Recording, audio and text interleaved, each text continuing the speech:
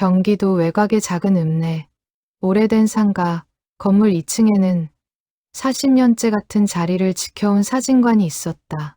간판에는 색이 바랜 글씨로 이든사진관이라 적혀 있었고, 유리문에는 지난 세월 동안 찍힌 졸업사진과 돌사진, 결혼사진들이 빼곡히 붙어 있었다. 그 사진관의 주인은 올해 68이 된 박선자였다. 선자는 새벽 6시면 어김없이 셔터를 올렸다. 손끝은 이미 굽어 있었지만 필름을 다루는 손길만큼은 여전히 정확하고 조심스러웠다. 하지만 이제는 정말 문을 닫을 때가 되었다는 걸 그녀 자신이 누구보다 잘 알고 있었다. 디지털 카메라와 휴대전화가 세상을 바꾸어 놓은 지 오래였고 필름을 맡기러 오는 손님은 1년에 몇 명 되지 않았다. 아들 민호는 몇 달째 전화를 걸어와 이제 그만 정리하고 몸 편히 쉬시라 말했다. 엄마, 이제 그 사진관 접으세요. 힘드시잖아요. 선자는 그때마다 대답을 흐렸다. 40년이라는 세월이 그 작은 공간에 고스란히 쌓여 있었다. 문을 닫는다는 건 단순히 가게를 정리하는 일이 아니었다. 그 안에는 이 동네 사람들의 웃음과 눈물, 그리고 선자 자신이 차마 마주하지 못한 기억까지 함께 잠들어 있었다. 정리를 시작한 건 8월의 어느 무더운 오후였다. 선자는 먼지 쌓인 캐비닛과 낡은 암실 장비들을 하나씩 꺼내며 버릴 것과 남길 것을 나누었다. 그러다 구석 자리, 오랫동안 열어본 적 없는 서랍 앞에 멈춰 섰다. 손잡이가 뻑뻑해 잘 열리지 않는 그 서랍은 손님이 맡기고 찾아가지 않은 필름과 사진들을 넣어두던 곳이었다. 서랍을 열자 삭은 종이 냄새가 훅 끼쳤다. 누렇게 바랜 봉투들이 차곡차곡 쌓여 있었고 봉투마다 손님의 이름과 날짜가 적힌 메모지가 붙어 있었다. 선자는 하나씩 넘겨보며 옛 기억을 더듬었다. 결혼식 사진을 찾으러 오지 않은 신혼부부, 이사를 가며 연락이 끊긴 가족 사진들, 세월이 흐르며 잊혀진 얼굴들이 봉투 속에서 조용히 기다리고 있었다. 그러다 선자의 손이 문득 멈췄다. 낡은 봉투 하나, 겉면에 삐뚤빼뚤한 글씨로 이렇게 적혀 있었다. 오유정, 8월 14일. 그 이름을 보는 순간 선자의 심장이 쿵 내려앉았다. 30년 전, 이 동네에서 호련히 사라진 17살 소녀의 이름이었다. 그날 이후 다시는 어디에서도 그 아이의 소식을 들을 수 없었다. 사람들은 저마다 다른 소문을 만들어냈다. 집을 나갔다는 이야기, 나쁜 일을 당했을 거라는 이야기. 하지만 진실을 아는 사람은 아무도 없었다. 선자는 떨리는 손으로 봉투를 집어들었다. 안에는 현상하지 않은 필름 한 통이 들어 있었다. 유정이 실종되기 바로 전날 사진관에 맡기고 간 그 필름이었다. 선자는 그동안 왜 이 필름을 현상하지 않았는지 스스로에게 묻고 또 물었다. 어쩌면 두려웠던 것인지도 몰랐다. 그 안에 무엇이 담겨 있을지. 그리고 그것을 알게 되는 순간 자신이 감당해야 할 무게가 얼마나 클지. 창밖으로 노을이 붉게 번지고 있었다. 선자는 필름을 손에 쥔 채 오랫동안 자리에서 일어나지 못했다. 40년 사진관 인생의 마지막 정리가 뜻밖에도 30년 전 그 여름으로 그녀를 데려가고 있었다.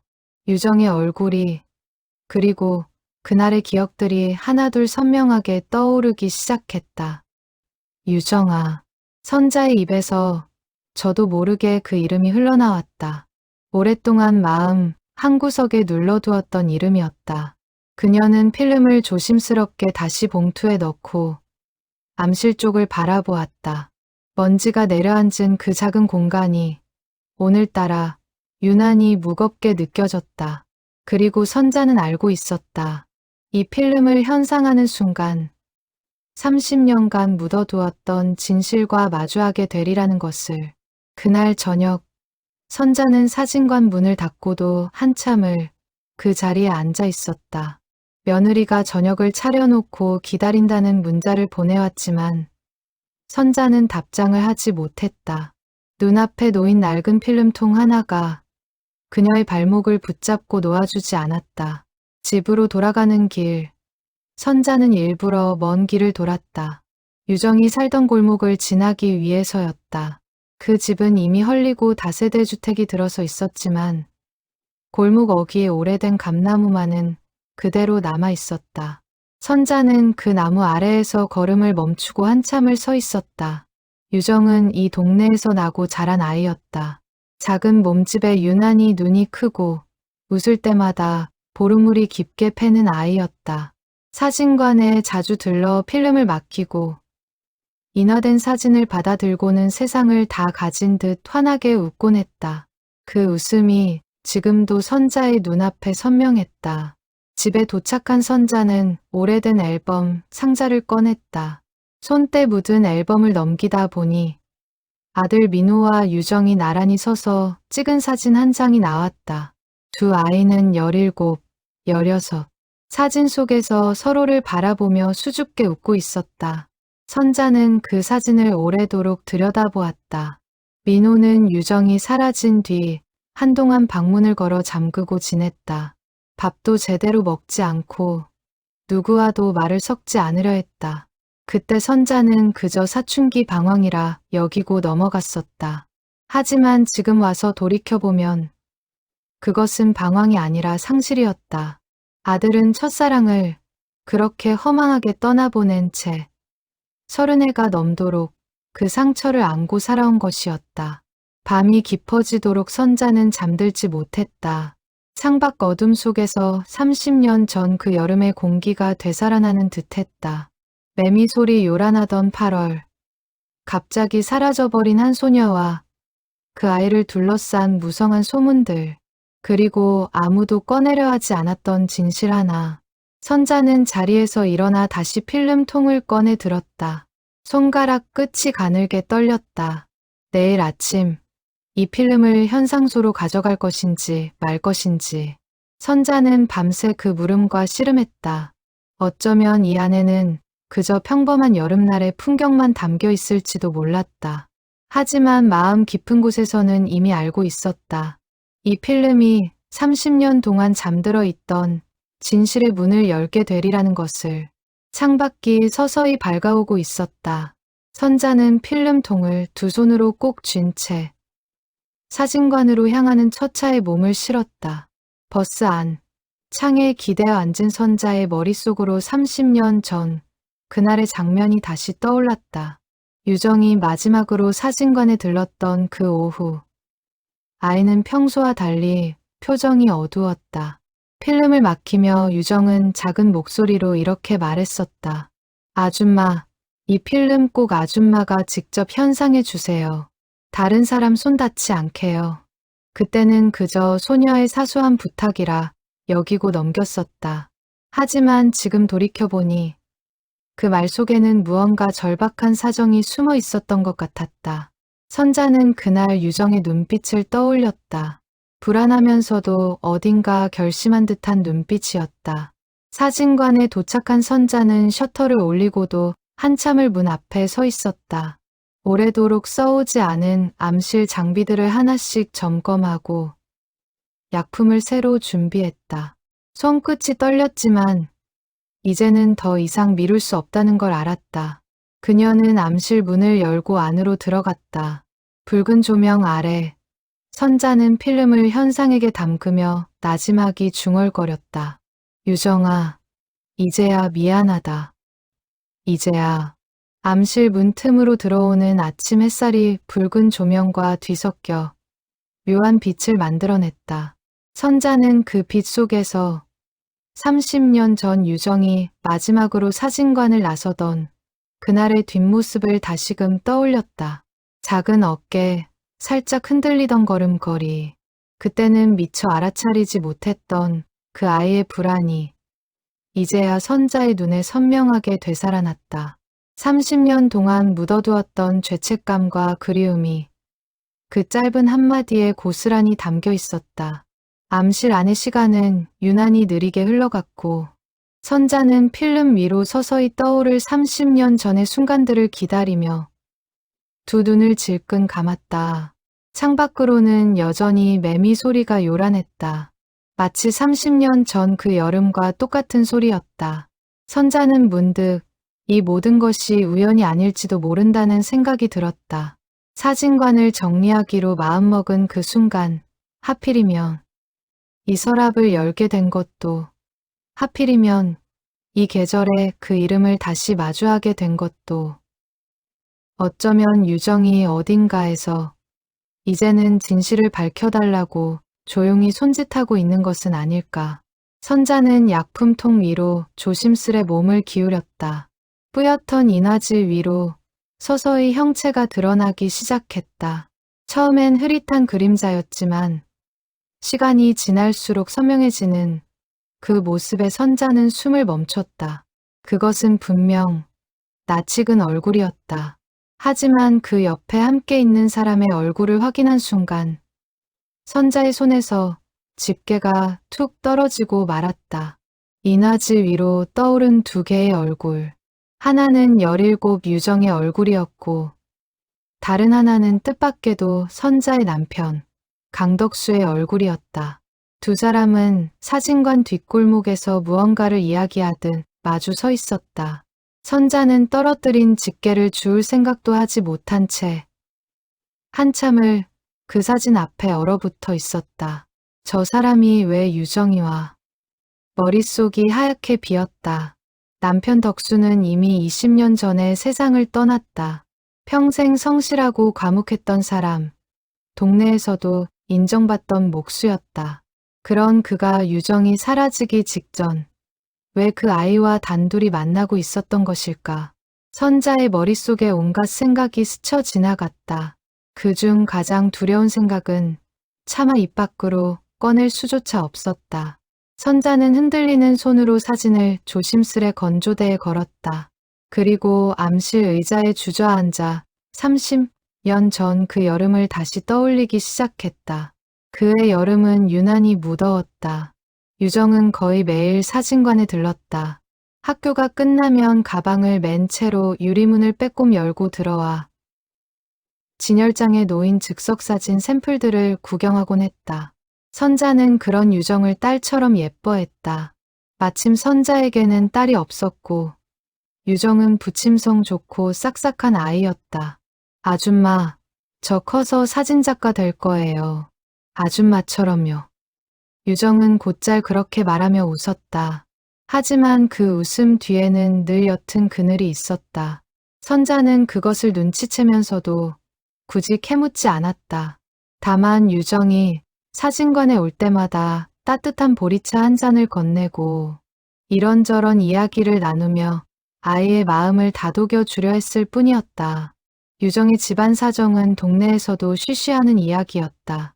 아버지는 술만 마시면 손찌검을 하는 사람이었고 어머니는 이미 오래전에 집을 나가고 없었다. 유정은 그런 집안에서 홀로 견디며 자라야 했다. 선자는 가끔 유정의 팔목이나 목덜미에 남은 자국을 보고도 아이가 먼저 말하지 않는 한 모른 척해 주었다. 그것이 그 시절 이웃이 할 수 있는 최선의 배려라고 믿었기 때문이었다. 그 무렵 아들 민호는 매일같이 사진관에 들러 유정과 마주쳤다. 두 아이는 어느새 서로에게 특별한 존재가 되어 있었다. 함께 숙제를 하고 함께 하굣길을 걷고 사진관 한쪽 구석에서 소곤소곤 이야기를 나누곤 했다. 선자는 그런 두 아이의 모습을 보며 흐뭇하게 웃었다. 언젠가 이 아이들이 자라 서로에게 든든한 버팀목이 되어 주기를 마음속으로 바랐었다. 하지만 8월에 접어들면서 유정의 얼굴에 그늘이 짙어지기 시작했다. 아버지의 술주정이 점점 심해진다는 소문이 돌았고 유정은 사진관에 올 때마다 눈에 띄게 말수가 줄어들었다. 선자는 그런 유정이 걱정되어 몇 번이고 무슨 일이 있느냐 물었지만 유정은 그때마다 애써 웃으며 괜찮다고만 답했다. 아줌마, 저 조금만 있으면 다 괜찮아질 거예요. 그 말을 남긴 게 유정이 실종되기 겨우 나흘 전이었다. 선자는 그때 그 말의 무게를 미처 헤아리지 못했다. 그저 사춘기 소녀의 막연한 바람이라 여기고 넘겼을 뿐이었다. 하지만 지금 이 순간 암실 붉은 조명 아래에서 그 말을 다시 떠올리자 선자의 가슴 깊은 곳에서 오래된 후회가 밀려 올라왔다. 조금만 더 물어볼 걸. 조금만 더 다가가 줄 걸. 선자는 건조대에 걸린 사진을 다시 바라보았다. 남편 덕수와 유정이 나란히 서 있는 그 사진 속에는 분명 무언가 말 못할 사정이 담겨 있는 듯했다. 두 사람의 표정은 어둡고 진지했다. 마치 큰 결심을 앞둔 사람들처럼. 선자는 남편이 살아있을 때 단 한 번도 유정에 대한 이야기를 꺼낸 적이 없었다는 사실을 새삼 깨달았다. 30년 가까이 함께 산 부부 사이에도 끝내 말하지 않은 비밀이 있었던 것일까. 선자는 두려움 반, 그리움 반이 뒤섞인 마음으로 다음 사진을 향해 손을 뻗었다. 돌이켜보면 덕수는 그해 여름부터 부쩍 말수가 줄었었다. 밤늦게 작업장에서 돌아오는 날이 잦았고 어쩌다 선자가 무슨 일이 있느냐 물으면 그저 일이 많아 그렇다는 말로 넘기곤 했다. 그때는 그 말을 의심 없이 믿었다. 덕수는 원래도 말을 아끼는 사람이었고 목수일이 한창 바쁠 계절이기도 했다. 하지만 지금 와서 생각해보니 그 침묵 뒤에는 분명 다른 무게가 숨어 있었다. 선자의 기억은 다시 그해 7월의 어느 저녁으로 흘러갔다. 사진관 마감을 앞두고 있던 시각, 유정이 여느 때와 달리 굳은 얼굴로 문을 열고 들어왔다. 평소처럼 밝게 인사하는 대신 아이는 한참을 머뭇거리다 조심스레 입을 뗐다. 아줌마 저 여쭤볼 게 있는데요. 뭔데? 편하게 말해. 만약에요. 정말 만약에 누가 멀리 도망가고 싶어 하면 그 사람을 도와줄 수 있는 어른이 있을까요? 선자는 그 질문에 순간 말문이 막혔다. 아이의 눈빛이 너무나 진지했기 때문이다. 선자는 애써 웃으며 무슨 일 있어? 아줌마한테 다 말해도 돼 하고 물었지만 유정은 고개를 저으며 그냥 궁금해서요 하고 말끝을 흐렸다. 그날 선자는 유정의 등을 두드려주며 돌려보냈지만 마음 한구석에 남은 불안함을 끝내 떨치지 못했었다. 그리고 며칠 뒤 선자는 덕수가 늦은 밤 뒷골목에서 누군가와 낮은 목소리로 이야기 나누는 모습을 우연히 본 적이 있었다. 어두워 얼굴을 정확히 보지는 못했지만 체구가 작은 것으로 보아 아이인 듯했다. 선자는 그때 그것이 동네 아이들 중 하나이겠거니 대수롭지 않게 넘겼었다. 하지만 지금 손에 든 사진을 보니 그날 밤의 인형이 다름 아닌 유정이었을지도 모른다는 생각이 들었다. 선자는 조심스레 다음 이나지를 약품에 담갔다. 화학약품 특유의 냄새가 암실 안을 가득 채웠고 붉은 조명 아래 서서히 또 다른 형체가 떠오르기 시작했다. 이번에는 사진관 뒤편, 물류를 쌓아두던 창고 앞에서 찍힌 사진이었다. 유정이 커다란 가방을 메고 서 있었고 그 옆에는 덕수가 무언가를 건네주는 듯한 자세로 서 있었다. 선자의 눈에 그 가방이 낯설지 않았다. 유정이 사라진 다음 날, 경찰이 집 안을 수색했을 때도 그 아이의 가방은 발견되지 않았었다. 사람들은 그것을 두고 가출이 분명하다는 소문을 냈지만 유정의 아버지는 끝까지 딸이 납치되었다고 주장하며 억울해했다. 선자는 그 어느 쪽도 확신하지 못한 채 30년을 살아왔다. 그런데 지금 사진 속에 담긴 그 가방이 모든 것을 다시 묻고 있었다. 덕수 씨, 당신 도대체 그날 무슨 일을 한 거예요? 선자는 마른 침을 삼키며 다음 사진을 향해 손을 뻗었다. 암실의 시간은 더디게 흘렀고 30년 전 그 여름의 진실이 한 장 한 장 서서히 그 모습을 드러내고 있었다. 문득 선자의 머릿속에 그날 유정이 사라진 다음 날 아침의 풍경이 떠올랐다. 동네 어귀마다 사람들이 모여 수군거렸고 유정의 아버지는 술도 깨지 않은 얼굴로 골목을 헤매며 딸의 이름을 외쳐 불렀다. 선자는 그 모습을 안타깝게 바라보면서도 마음 한편으로는 안도했었다. 어쩌면 유정이 그토록 벗어나고 싶어 하던 그 집에서 마침내 도망칠 수 있었던 것은 아닐까 하고. 하지만 그 안도감은 오래가지 못했다. 며칠이 지나도 유정의 행방은 오리무중이었고 경찰 조사도 흐지부지 끝나버렸다. 그 시절은 지금처럼 아이 하나가 사라졌다고 온 나라가 떠들썩해지는 시대가 아니었다. 가난한 집 아이의 실종은 안타깝게도 그저 소문 몇 마디로 잊혀져 갔다. 선자는 젖은 손을 앞치마에 닦으며 잠시 눈을 감았다. 30년이라는 세월 동안 그녀는 유정을 완전히 잊은 적이 단 한 번도 없었다. 다만 애써 기억 저편으로 밀어두었을 뿐이었다.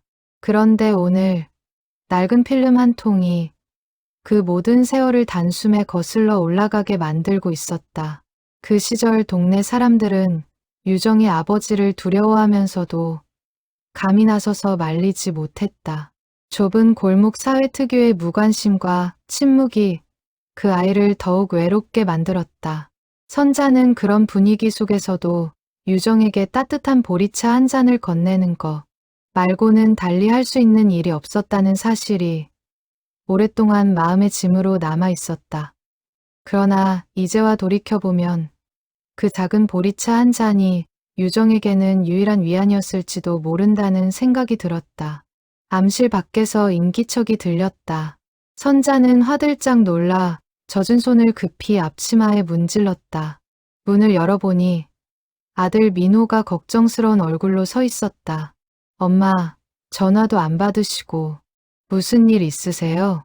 민호는 어제부터 몇 번이나 전화를 걸었지만 연결이 되지 않자 결국 새벽같이 차를 몰고 내려온 참이었다. 선자는 순간 아들에게 이 사실을 말해야 할지 망설였다. 민호에게 유정은 여전히 아물지 않은 상처였다.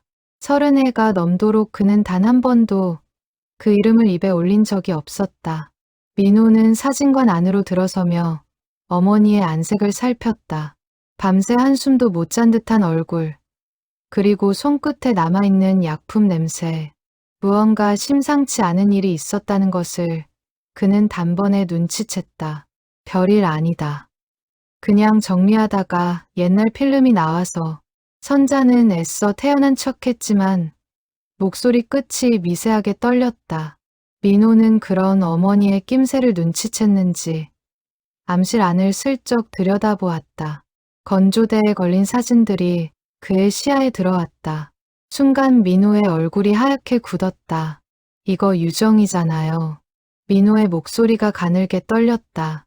30년 만에 처음으로 그 이름을 입 밖에 낸 것이었다. 그는 사진 앞으로 다가가 한참을 바라보았다. 유정의 얼굴을 마주한 순간 그의 눈시울이 붉어졌다. 마치 시간이 그대로 멈춰버린 듯. 민호는 오랫동안 그 자리에서 움직이지 못했다. 엄마, 이거 언제 찍힌 사진이에요? 아버지는 왜? 민호는 사진 속 아버지의 모습을 발견하고는 말을 잇지 못했다. 선자 역시 아들에게 무엇라 설명해야 할지 알 수 없었다. 두 사람은 한동안 말없이 사진만 바라보았다. 붉은 암실 조명 아래 30년 전 여름의 비밀이 두 사람 사이에 무겁게 내려앉았다.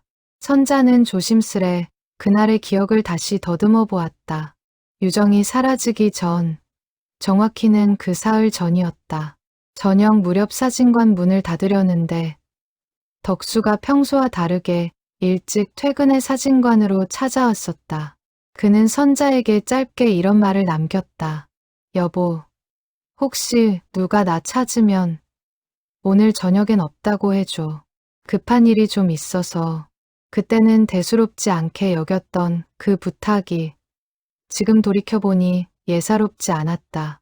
선자는 그날 밤 덕수가 늦게까지 돌아오지 않았던 것을 기억해냈다.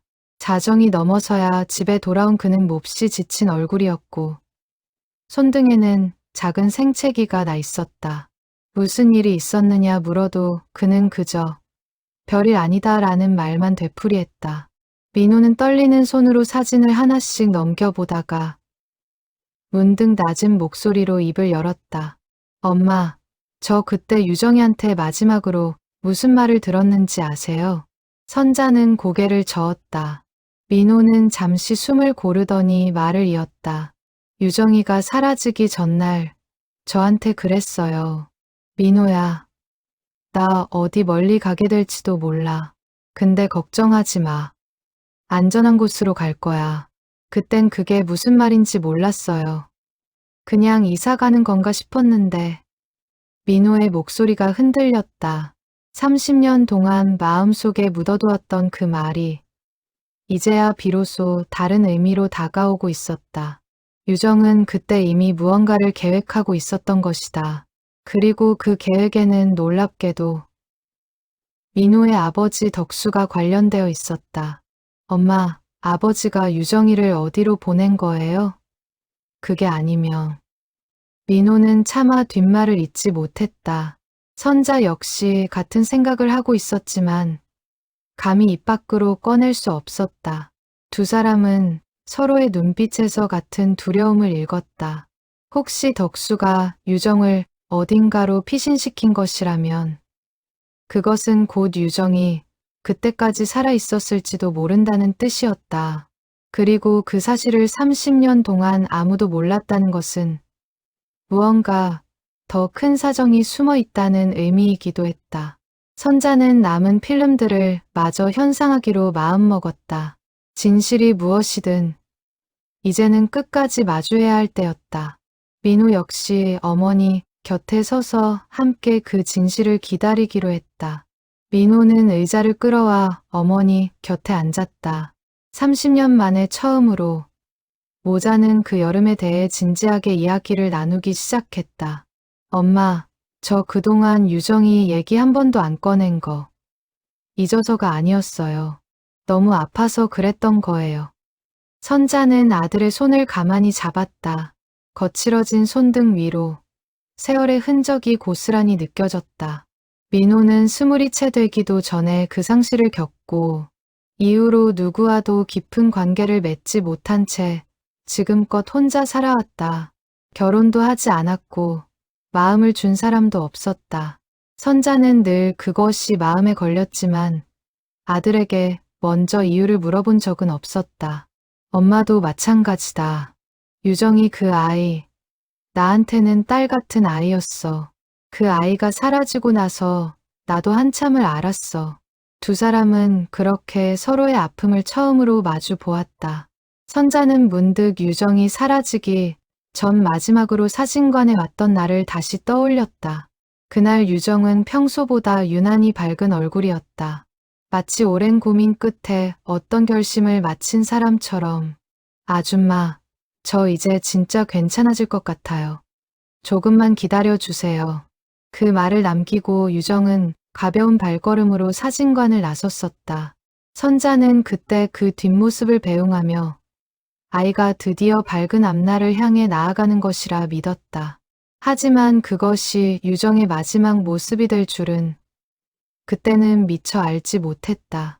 민호가 낮은 목소리로 물었다. 엄마, 만약에 아버지가 정말 유정이를 도와서 어딘가로 보낸 거라면 왜 그 사실을 우리한테도 아무한테도 말하지 않았을까요? 선자는 잠시 생각에 잠겼다가 조심스레 대답했다. 어쩌면 유정이가 그렇게 부탁했을지도 모르지. 누구도 자기를 찾지 못하게 해달라고. 그 말에 두 사람 사이에 무거운 침묵이 흘렀다. 만약 그것이 사실이라면 유정은 스스로 이 동네와 완전히 연을 끊기를 원했다는 뜻이었다. 그리고 그 선택에는 그 누구보다 사랑했던 민호와의 이별까지도 포함되어 있었다는 의미였다. 선자는 아들의 얼굴에 스치는 아픔을 보며 가슴이 미어지는 듯했다. 두 모자는 암실의 붉은 조명 아래 30년 전 그 여름의 마지막 페이지를 함께 넘기기 시작했다. 선자는 남은 필름 조각을 약품통에 담그며 마음을 다잡았다. 이제와 진실을 알게 되는 것이 두렵지 않다면 거짓말이었다. 하지만 그보다 더 두려운 것은 이대로 진실을 모른 채 눈을 감는 일이었다. 그녀는 남편 덕수의 마지막 모습을 떠올렸다. 병상에서 눈을 감기 직전 그는 힘겹게 손을 들어 선자의 손을 꼭 잡으며 이렇게 말했었다. 여보, 언젠가 때가 되면 다 알게 될 거야. 그때까지는 그냥 나 믿어줘. 그 말이 무슨 뜻인지 선자는 20년 동안 알 수 없었다. 그저 남편이 죽음을 앞두고 남긴 알쏭달쏭한 유언이라 여기며 마음 한구석에 묻어두었을 뿐이었다. 그런데 지금 암실 안에서 그 말의 의미가 서서히 풀려나가고 있는 듯했다. 건조대에 걸린 사진들을 다시 훑어보던 민호가 문득 사진 한 귀퉁이에 적힌 작은 글씨를 발견했다. 흐릿하게 남은 연필 자국이었다. 엄마, 여기 뭐라고 적혀 있는 것 같은데요. 선자는 돋보기를 가져와 사진 귀퉁이를 비추었다. 그곳에는 유정의 필체로 짐작되는 작은 글씨가 남아 있었다. 해오름 보육원이라는 5글자였다. 선자와 민호는 서로를 마주 보았다. 그 이름이 앞으로 두 사람을 어디로 이끌게 될지 그때는 아직 알지 못했다. 민호는 그 글씨를 몇 번이고 다시 들여다보며 중얼거렸다. 보육원이라니 유정이가 왜 보육원 이름을 여기에 적어뒀을까요? 선자는 고개를 저으며 대답했다. 모르겠다. 근데 이게 뭔가 단서인 것 같아. 유정이가 우리한테 남긴 마지막 신호일지도 몰라. 두 사람은 그날 밤 그 5글자를 붙잡고 뜬 눈으로 밤을 지새웠다. 30년 동안 침묵해온 진실이 이제야 조금씩 그 문을 열어 보이고 있었다. 해오름 보육원. 낯선 5글자가 선자의 마음에 무겁게 내려앉았다. 민호는 곧바로 휴대전화를 꺼내 그 이름을 검색해 보았다. 하지만 인터넷 어디에도 그런 이름의 보육원은 남아있지 않았다. 이미 오래전에 문을 닫은 듯했다. 선자는 창밖을 바라보며 마음을 가다듬었다. 30년의 세월 동안 잊고 지냈던 이름들이 하나둘 다시 떠오르고 있었다. 그 모든 조각이 맞춰지는 순간 마침내 진실의 전체 그림이 드러날 것이었다. 엄마, 30년 전이면 이 근처에 있었을 텐데 동사무소나 옛날 기록을 찾아봐야 할 것 같아요. 선자는 고개를 끄덕이며 오래된 기억을 되짚었다. 그러고 보니 어렴풋이 떠오르는 것이 있었다. 젊은 시절 남편 덕수가 한동안 어느 보육원 건물의 목공 일을 도맡아 했던 적이 있었다. 그때는 그저 단순한 일거리라 여겼는데 지금 생각해보면 그것이 이 모든 일의 시작이었을지도 몰랐다. 덕수 씨가 그때 보육원 일을 봐주면서 알게 된 사람이 있었나 봐. 원장 선생님이라던가. 선자는 낡은 기억 창고를 뒤지듯 천천히 말을 이었다. 30몇 해 전 덕수는 한 달 넘게 매일같이 이른 아침 집을 나서 늦은 밤에야 돌아오곤 했었다. 당시 선자는 그것을 그저 밀린 일감 때문이라 여겼다. 하지만 이제 와 생각해보니 그 시기가 공교롭게도 유정이 실종되기 몇 달 전과 겹쳐 있었다. 민호는 지역 향토 자료를 뒤져보기로 했다. 다행히 읍사무소에 오래 근무했던 지인의 도움으로 30여 년 전 이 지역에 실제로 해오름 보육원이라는 시설이 있었다는 사실을 확인할 수 있었다. 그러나 그 보육원은 25년 전 운영난으로 문을 닫았고 당시 원장이었던 사람도 이미 세상을 떠난 뒤였다. 엄마, 그 보육원이요. 그냥 평범한 보육원이 아니었나 봐요. 학대나 가정 폭력을 피해온 아이들을 몰래 보호해주던 곳이었대요. 정식으로 등록되지 않은 일종의 비밀 쉼터 같은 곳이었다고 하네요. 선자는 그 말을 듣는 순간 온몸에 소름이 돋았다. 만약 유정이 그곳으로 보내진 것이라면 모든 조각이 맞아떨어졌다. 아버지의 폭력을 견디다 못한 소녀, 그리고 그런 아이들을 몰래 보호해주던 은밀한 쉼터. 덕수는 그 쉼터와 연이 닿아 있었고 유정을 그곳으로 피신시켜준 것이 분명해 보였다. 그런데 엄마, 이상한 게 있어요. 그 보육원, 처음부터 아이들의 신원을 철저히 숨기는 걸로 유명했대요. 한번 그곳에 들어간 아이들은 다른 지역으로 옮겨져 새 이름과 새 후적으로 살아가게 했다고 해요. 가해자로부터 완전히 벗어날 수 있도록요. 그 말에 선자는 두 손으로 입을 가렸다. 그것이 사실이라면 유정은 그 여름 이후 전혀 다른 이름으로 전혀 다른 곳에서 삶을 이어가고 있을지도 몰랐다. 실종이 아니라 구조였던 것이다. 그리고 그 사실을 아무도 알지 못하도록 남편 덕수는 무덤까지 침묵을 가져간 것이었다. 그럼 아버지는 정말 유정이를 구해준 거네요. 민호의 목소리에는 안도와 원망이 뒤섞여 있었다. 아버지가 유정을 살렸다는 사실에 안도하면서도 그 진실을 30년 동안 숨겨온 것에 대한 서운함이 동시에 밀려왔다. 선자 역시 복잡한 마음이었다. 남편이 그렇게 큰 비밀을 홀로 짊어지고 살았다는 사실이 뒤늦게야 가슴 아프게 다가왔다. 덕수 씨는 아마 그게 유정이를 지키는 유일한 방법이라고 생각했을 거야. 아버지가 그 아이를 찾아낼까봐 끝까지 입을 다물었던 거겠지. 선자는 그렇게 말하며 마음을 다잡았다. 이제 중요한 것은 과거를 원망하는 일이 아니라 유정이 지금 어디에서 어떻게 살고 있는지 찾는 일이었다. 민호 역시 같은 마음이었다. 두 사람은 시청을 나서기 전 담당 직원에게 다시 한번 정중히 감사를 전했다. 직원은 서류를 정리하며 조심스레 한마디를 덧붙였다. 찾으시는 분을 꼭 만나시길 바랍니다. 이런 자료 찾으러 오시는 분들 정말 드물거든요.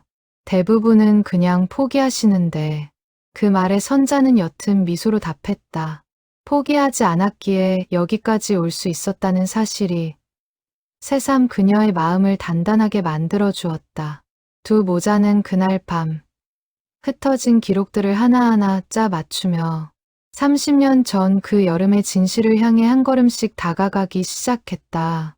다음 날 아침 민호는 해오름 보육원의 마지막 행정 서류가 인근 시청 문서보관소에 남아있을지도 모른다는 이야기를 전해 들었다. 두 사람은 곧장 짐을 챙겨 그곳으로 향하기로 했다. 떠나기 전 선자는 사진관에 마지막으로 들러 나머지 필름들을 챙겼다. 아직 현상하지 않은 필름이 둘 더 남아있었다. 그녀는 그것을 조심스레 가방에 넣으며 오래도록 정든 사진관 내부를 천천히 둘러보았다. 40년 세월의 흔적이 곳곳에 배어있는 공간이었다. 낡은 카메라들, 색이 바랜 견본 액자들, 그리고 손님들의 웃음소리가 아직도 귓가에 맴도는 듯한 그 작은 방. 엄마, 준비 다 되셨어요? 민호가 차 시동을 걸며 물었다. 선자는 고개를 끄덕이며 조수석에 올라탔다.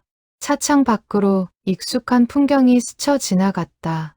30년 전 유정이 걷던 그 거리, 두 사람이 함께 앉아 이야기를 나누던 골목 어귀의 평상, 모든 것이 그대로인 듯하면서도 그때와는 전혀 다른 무게로 다가왔다. 차 안에서 민호는 오랫동안 말이 없었다. 그러다 신호에 멈춰선 순간 나지막이 입을 열었다. 엄마, 저 사실 요즘도 가끔 유정이 꿈을 꿔요. 늘 같은 꿈이에요. 유정이가 저 멀리서 손을 흔드는데 제가 아무리 뛰어도 가까워지지 않는 꿈. 선자는 아들의 옆얼굴을 가만히 바라보았다. 30해가 넘도록 홀로 그 그리움을 안고 살아온 아들이 새삼 안쓰럽고 대견했다. 이제 그 꿈, 끝을 내러 가는 거야. 우리. 선자의 그 한마디에 민호는 말없이 고개를 끄덕였다. 차는 시청을 향해 속도를 냈고 두 사람의 마음속에는 30년 만에 처음으로 작은 희망이 움트고 있었다. 시청 문서보관소에 도착한 두 사람은 담당 직원에게 사정을 설명했다. 30년도 더 된 폐원시설의 기록을 찾는다는 말에 직원은 난색을 표하면서도 오래된 서고를 뒤져보겠다고 했다. 기다리는 동안 선자와 민호는 로비 의자에 나란히 앉아 초조한 마음을 달랬다. 1시간 남짓 지났을까. 직원이 먼지 쌓인 서류철 하나를 들고 나왔다. 찾으시는 게 이건지 모르겠는데요. 해오름 보육원 관련해서 남아있는 자료가 이것뿐이네요. 대부분 폐기됐거나 유실됐고요. 선자는 떨리는 손으로 서류철을 받아들었다.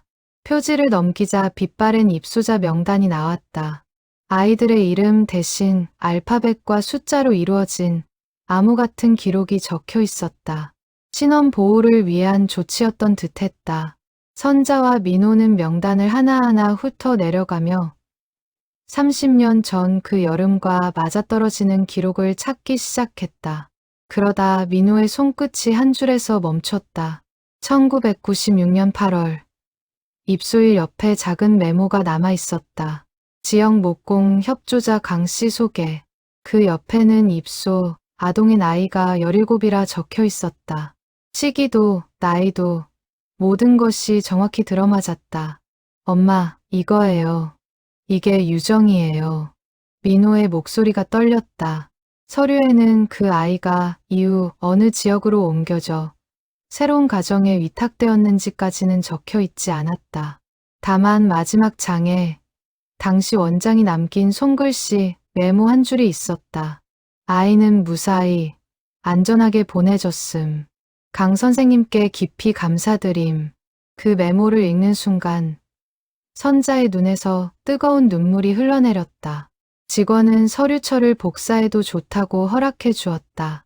선자와 민호는 그 낡은 종이 한 장 한 장을 조심스레 복사기에 올리며 혹시라도 놓친 단서가 있을까 다시 한번 꼼꼼히 살펴보았다. 서류 말미에는 흐릿한 도장 자국과 함께 당시 협조했던 지역 인사들의 이름이 몇 개 적혀 있었다. 그 중 하나가 강덕수라는 이름 석 자였다. 선자는 그 이름을 손끝으로 가만히 짚어보며 남편이 그토록 오랜 세월 홀로 짊어졌던 무게를 새삼 실감했다. 아이는 무사히 안전하게 보내줬음.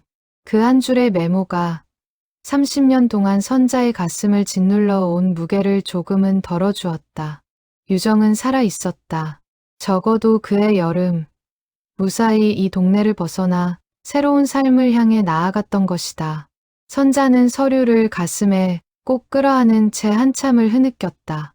시청 로비의 형광등 아래 선자의 눈물은 그칠 줄 몰랐다. 30년 동안 마음 한구석에서 떠나지 않던 무거운 짐이 그 짧은 한 문장으로 조금씩 녹아내리고 있었다. 하지만 서류에는 더 이상의 단서가 남아있지 않았다.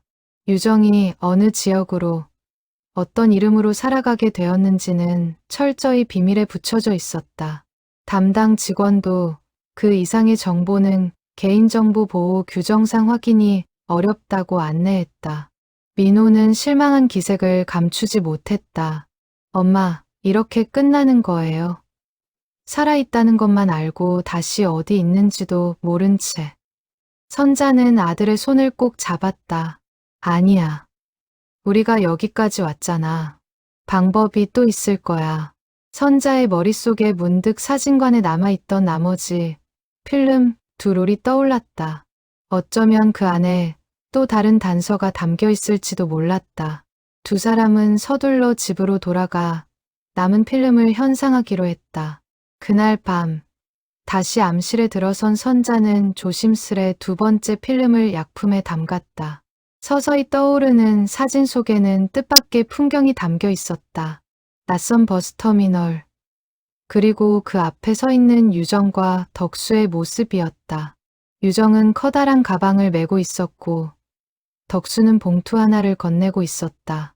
사진 뒷면에는 흐릿하게 지역 이름이 찍혀 있었다. 강원도의 작은 소도시 이름이었다. 민호는 그 지명을 확인하자마자 인터넷을 뒤지기 시작했다. 해오름 보육원과 연계되어 있던 위탁 가정 네트워크가 공교롭게도 그 지역의 한 교회를 중심으로 운영되었다는 기록을 어렵사리 찾아낼 수 있었다. 엄마, 여기 이 교회예요. 여기서부터 다시 알아봐야 할 것 같아요. 선자는 고개를 끄덕였다. 비록 30년이라는 세월이 흘렀지만 그 교회의 당시를 기억하는 누군가가 남아있을지도 몰랐다. 두 사람은 다음 날 아침 일찍 그 소도시로 향하는 버스에 몸을 실었다. 버스가 산길을 굽이굽이 돌아가는 동안 선자는 차창에 기대어 지나온 세월을 되짚었다. 유정을 처음 만났던 날, 그 아이의 해맑은 웃음, 그리고 갑작스러운 이별. 30해라는 시간이 마치 하루처럼 압축되어 그녀의 마음을 스쳐 지나갔다. 옆자리에 앉은 민호 역시 창밖을 바라보며 깊은 생각에 잠겨 있었다. 몇 시간 뒤 도착한 소도시는 조용하고 아담한 곳이었다. 두 사람은 곧장 기록에 남아있던 교회를 찾아갔다. 오래된 벽돌 건물 앞에 선 순간 선자의 가슴이 세차게 뛰기 시작했다. 이곳 어딘가에 유정의 흔적이 30해 전의 진실이 아직 남아있을지도 모른다는 예감이 들었다. 교회 마당에는 백발이 성성한 노목사가 화단을 손질하고 있었다. 선자는 조심스레 다가가 사정을 이야기했다. 30년 전 이 교회를 통해 위탁된 아이를 찾고 있다는 말에 노목사의 표정이 순간 진지해졌다. 그 시절 일이라면 저보다 사모님이 더 잘 아실 겁니다. 당시 아이들을 직접 챙기셨거든요. 다만 사모님이 지금 몸이 편찮으셔서 요양원에 계십니다. 노목사는 흔쾌히 요양원의 위치를 알려주었다. 선자와 민호는 곧장 그곳으로 향했다. 요양원 로비에서 한참을 기다린 끝에 휠체어를 탄 백발의 노부인이 나타났다. 사모는 이미 80을 훌쩍 넘긴 나이였지만 눈빛만은 여전히 형형했다. 선자가 유정의 이름과 당시 상황을 설명하자 사모의 얼굴에 옅은 미소가 번졌다. 기억나요. 그 아이, 참 야무지고 씩씩한 아이였어요. 이름을 바꾸긴 했지만 지금도 종종 안부를 전해와요. 그 말에 선자와 민호는 동시에 숨을 멈췄다. 유정이 살아있을 뿐 아니라 지금까지도 사모와 연락을 주고받고 있다는 뜻이었다. 30년 만에 처음으로 진짜 희망이 손에 잡힐 듯 가까워지고 있었다. 저희가 그 아이를 좀 만날 수 있을까요? 부탁드립니다. 선자는 떨리는 목소리로 간청했다. 사모는 잠시 두 사람의 얼굴을 번갈아 살피더니 조심스레 고개를 끄덕였다. 그 아이 마음이 다치지 않게 제가 먼저 연락을 해보겠습니다. 본인이 원치 않으면 두 분도 이해해 주셔야 해요. 선자와 민호는 동시에 고개를 끄덕였다. 30년 세월 끝에 다가온 이 기회가 부디 좋은 결말로 이어지기를 두 사람 모두 간절히 바라고 있었다. 요양원을 나서는 길, 민호는 어머니의 어깨를 가만히 감싸 안았다. 엄마, 우리 정말 여기까지 왔네요. 선자는 말없이 고개를 끄덕였다. 눈가에는 여전히 눈물이 맺혀 있었지만 그 눈물은 이제 슬픔이 아니라 안도와 희망이 뒤섞인 것이었다. 두 사람은 근처 벤치에 나란히 앉아 사모로부터 연락이 오기를 기다리기로 했다. 기다리는 시간은 유난히 더디게 흘렀다. 선자는 그 시간 동안 유정이 지난 30년을 어떻게 살아왔을지 상상해 보았다. 어떤 이름으로 불리며 어떤 사람을 만나 어떤 가정을 이루었을지, 혹시 아직도 그때의 상처를 아는 채 힘들게 살아가고 있는 것은 아닐지, 걱정과 기대가 뒤섞인 복잡한 마음이었다. 해질 무렵 민호의 전화가 울렸다. 사모였다. 짧은 통화를 마친 민호의 얼굴에 옅은 미소가 번졌다. 엄마, 사모님이 유정이한테 연락을 했대요. 그리고 유정이가 만나고 싶다고 했대요. 그 말을 듣는 순간 선자는 그 자리에 주저앉을 뻔했다. 30년의 기다림 끝에 마침내 유정을 다시 만날 수 있게 된 것이었다. 노을이 붉게 물든 하늘 아래 두 모자는 서로를 부둥켜 안고 오랫동안 눈물을 흘렸다. 사모는 유정과의 만남을 일주일 뒤로 정했다. 갑작스러운 재회가 자칫 유정에게 부담이 되지 않도록 서로 마음을 추스를 시간을 갖자는 배려였다. 선자는 그 일주일 동안 사진관으로 돌아가 마지막으로 남은 필름 한 롤을 마저 현상하기로 했다. 집으로 돌아오는 버스 안에서 선자는 가방 속 낡은 서류철을 다시 꺼내 보았다. 아이는 무사히 안전하게 보내줬음. 그 한 줄의 문장을 손끝으로 가만히 쓸어보았다. 30년 전 남편이 홀로 짊어졌던 그 무거운 비밀이 이제야 조금씩 빗속으로 걸어 나오고 있었다. 선자는 차창에 비친 노을을 바라보며 오랜만에 마음 깊은 곳에서부터 평온함이 차오르는 것을 느꼈다.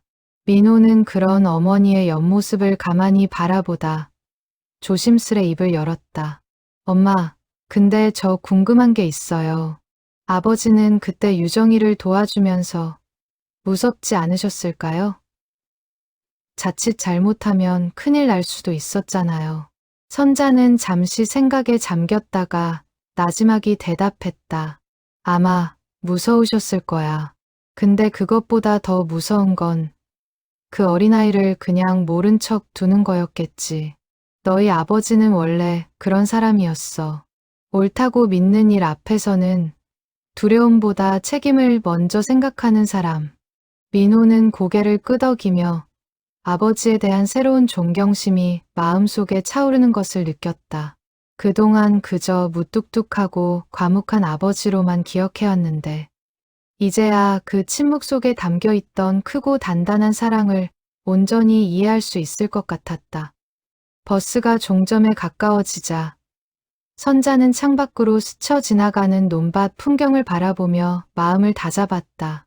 지금부터 만나게 될 사람들이 유정에 대한 어떤 기억을 간직하고 있을지 알 수 없었다. 하지만 어떤 이야기를 듣게 되더라도 끝까지 침착하게 진실을 마주하겠다고 다짐했다. 버스에서 내린 두 사람은 낯선 거리에서 잠시 방향을 가늠했다. 오래된 상점들이 늘어선 조용한 읍내였다. 민호는 지도를 확인하며 교회로 향하는 길을 앞장서 걸었고 선자는 그 뒤를 따르며 왠지 모를 기시감을 느꼈다. 마치 30년 전 유정이 처음 이 낯선 땅에 발을 디뎠을 그 순간과 비슷한 감정이 자신에게도 전해지는 듯했다. 사진관으로 돌아온 선자는 마지막 필름을 조심스레 암실로 가져갔다. 이제 남은 것은 단 한 롤. 이 필름이 30년 전 그 여름의 마지막 조각을 채워줄 것이었다. 그녀는 떨리는 손으로 필름을 현상에게 담그며 마음속으로 유정에게 말을 건넸다. 창밖은 이미 어둑해져 있었다. 선자는 홀로 남은 암실에서 30년 만에 마지막 진실을 마주할 준비를 하고 있었다. 두려움보다 간절함이 더 컸다. 유정아, 조금만 더 기다려줘. 이제 거의 다 왔어. 붉은 조명 아래 서서히 형체가 떠올랐다. 이번 사진 속에는 유정이 홀로 사진관 앞에 서서 카메라를 향해 손을 흔드는 모습이 담겨 있었다. 아이의 얼굴에는 슬픔과 설렘이 동시에 어려 있었다. 그리고 사진 아래 여백에는 유정이 직접 적어 넣은 듯한 짧은 글귀가 남아 있었다. 아줌마, 그동안 감사했어요. 저 이제 다른 곳에서 다른 이름으로 살아가요. 아줌마가 끓여주신 보리차 잊지 않을게요. 민호한테는 미안하다고 전해주세요. 그리고 언젠가, 정말 언젠가 다시 만날 수 있으면 좋겠어요. 선자는 그 글귀를 몇 번이고 다시 읽었다. 눈물이 이나질 위로 뚝뚝 떨어졌다. 유정은 그 어린 나이에도 남겨질 사람들의 마음을 헤아리고 있었다. 자신의 안전을 위해 모든 것을 등지고 떠나야 했던 그 순간에도 아이는 감사와 미안함을 잊지 않았던 것이다. 선자는 문득 이 필름을 왜 유정이 직접 가져가지 않고 사진관 서랍 속에 남겨두었는지 이해할 수 있었다. 유정에게는 이 필름을 현상에 간직할 시간도 여유도 없었을 것이다. 대신 아이는 이 필름 속에 자신의 진심을 담아 언젠가 선자가 발견해 주기를 바라며 조용히 남겨두고 떠난 것이었다. 그날 밤 선자는 오랜만에 깊이 잠들었다. 30년 동안 무겁게 짓눌러 왔던 죄책감이 조금씩 옅어지는 것을 느꼈다. 유정을 조금 더 살피지 못했다는 후회, 그 아이의 아픔을 미리 알아차리지 못했다는 자책. 하지만 이제는 알 수 있었다. 그때 그 상황에서 선자와 덕수는 각자의 자리에서 할 수 있는 최선을 다했다는 것을. 다음 날 아침, 선자는 며느리와 손주들에게도 이 사실을 알리기로 했다. 가족들은 처음엔 놀라움을 감추지 못했지만 이내 선자와 민호의 결정을 온 마음으로 응원해 주었다. 며느리는 이렇게 말했다. 어머니, 정말 잘하셨어요. 이제라도 그 마음의 짐을 내려놓으셔야죠. 가족들의 따뜻한 응원 속에서 선자는 일주일 동안 유정에게 전할 편지를 정성껏 써 내려갔다. 무슨 말부터 시작해야 할지 몰라 몇 번이고 종이를 구겨 버렸지만 결국 가장 진심 어린한 문장으로 편지를 마무리했다. 유정아, 그동안 정말 미안했다.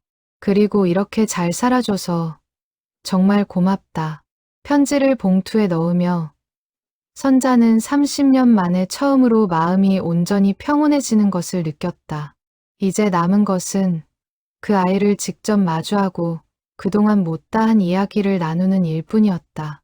약속된 그날이 다가올수록 선자의 가슴은 설렘과 긴장으로 두근거렸다. 민호 역시 그 일주일 동안 많은 생각에 잠겼다. 30년 동안 가슴 한켠에 묻어두었던 첫사랑을 다시 마주해야 한다는 사실이 그에게는 두려움과 설렘을 동시에 안겨주었다. 그는 매일 밤 유정과 나누었던 어린 시절의 대화들을 떠올리며 이제는 어른이 된 서로가 어떤 모습으로 마주하게 될지 상상해 보았다. 마침내 약속된 날이 밝았다. 선자와 민호는 이른 아침부터 채비를 서둘렀다. 30년 만의 재회, 그 떨리는 순간을 향해 두 사람은 조심스러운 발걸음을 내디뎠다. 떠나기 전 선자는 사진관에 들러 오래된 카메라 하나를 챙겼다. 유정이 어릴 적 가장 좋아하던 필름 카메라였다. 선자는 그 카메라로 오늘의 만남을 30년 만의 재회를 다시 한번 담아두고 싶었다. 사진관을 나서기 전 그녀는 텅 빈 매장을 한 번 더 둘러보았다. 이제 곧 문을 닫게 될 이 공간이 오늘만큼은 유정과의 추억으로 가득 채워지는 듯했다. 기차역으로 향하는 길. 민호는 운전석에 앉아 몇 번이고 마른 침을 삼켰다. 선자는 그런 아들의 어깨를 가만히 두드려 주었다. 긴장하지 마라. 유정이도 우리만큼 떨리고 있을 거야. 기차 안에서 선자는 오랫동안 창밖을 바라보았다.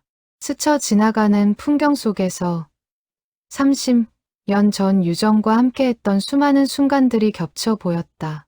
사진관 앞에서 뛰어놀던 아이, 첫 필름을 받아들고 환하게 웃던 얼굴, 그리고 마지막으로 손을 흔들던 그 뒷모습까지.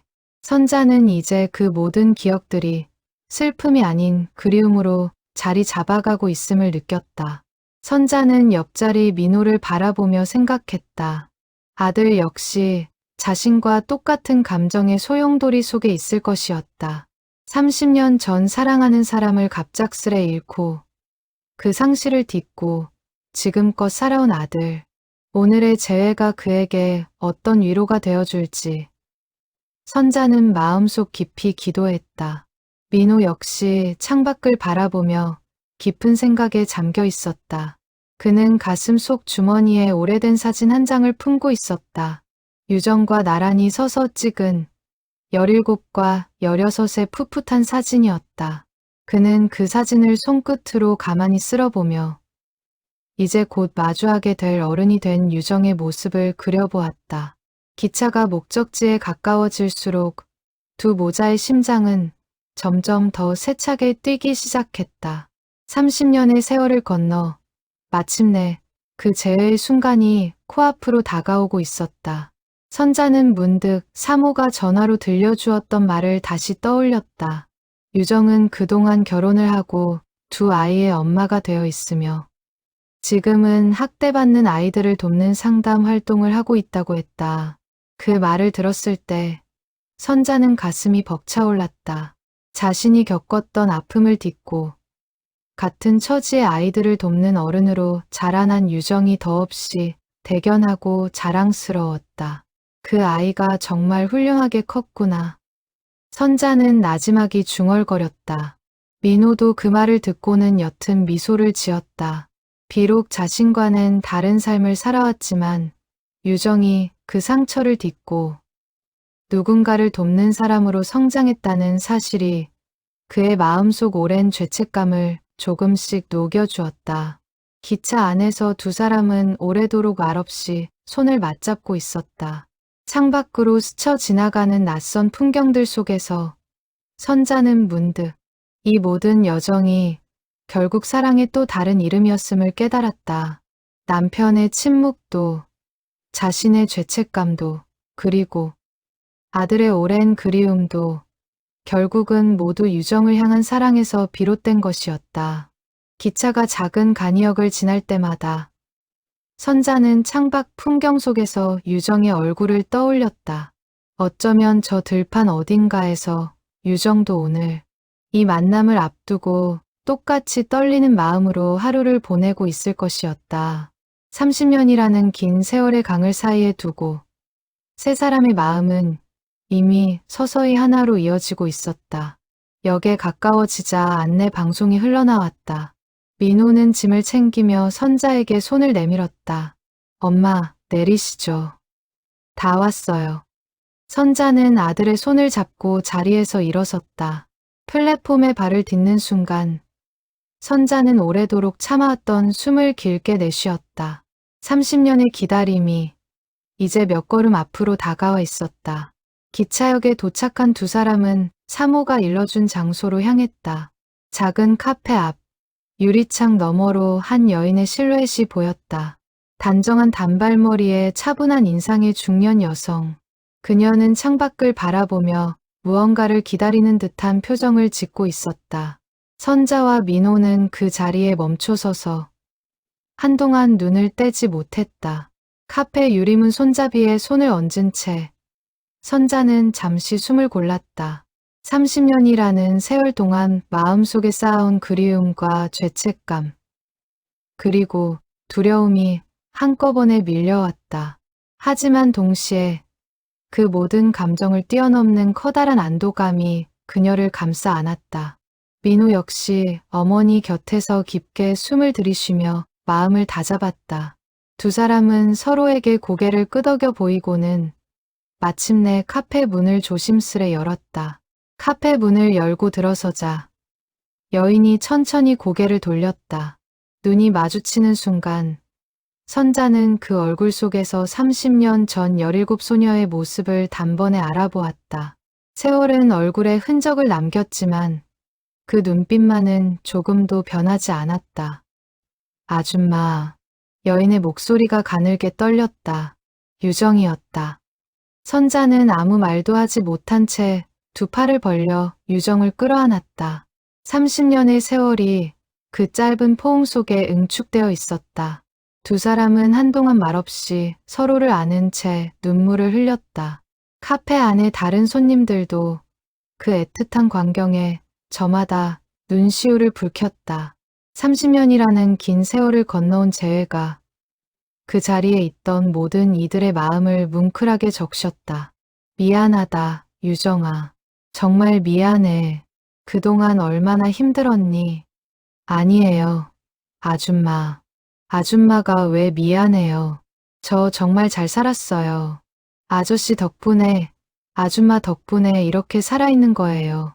유정의 목소리에는 원망이 조금도 섞여 있지 않았다. 오히려 깊은 감사와 그리움이 가득했다. 선자는 그런 유정을 보며 30년 동안 마음속에 쌓아온 죄책감이 눈 녹듯 사라지는 것을 느꼈다. 그때 문 앞에 서 있던 민호가 조심스레 다가왔다. 유정은 그의 얼굴을 마주하는 순간 숨을 멈추었다. 30년 전 그 소년의 얼굴이 이제는 중년의 모습으로 눈앞에 서 있었다. 민호야, 유정아. 정말 유정이 맞구나. 두 사람은 서로를 바라보며 한참을 말을 잇지 못했다. 30년이라는 세월의 간극이 그 순간만큼은 조금도 느껴지지 않았다. 유정의 눈에서 굵은 눈물이 흘러내렸다. 미안해, 민호야. 그렇게 아무 말도 없이 떠나서 얼마나 원망했을지. 아니야. 원망 안 했어. 그냥 내가 무사히 살아있기만을 바랐어. 그거면 됐어. 민호의 담담한 대답에 유정은 결국 참았던 울음을 터뜨렸다. 세 사람은 카페 한 구석에 자리를 잡고 앉아 30년의 세월을 하나씩 풀어내기 시작했다. 유정은 그날 밤의 이야기를 천천히 들려주었다. 아버지의 폭력이 극에 달했던 그의 여름. 유정은 더 이상 견딜 수 없어.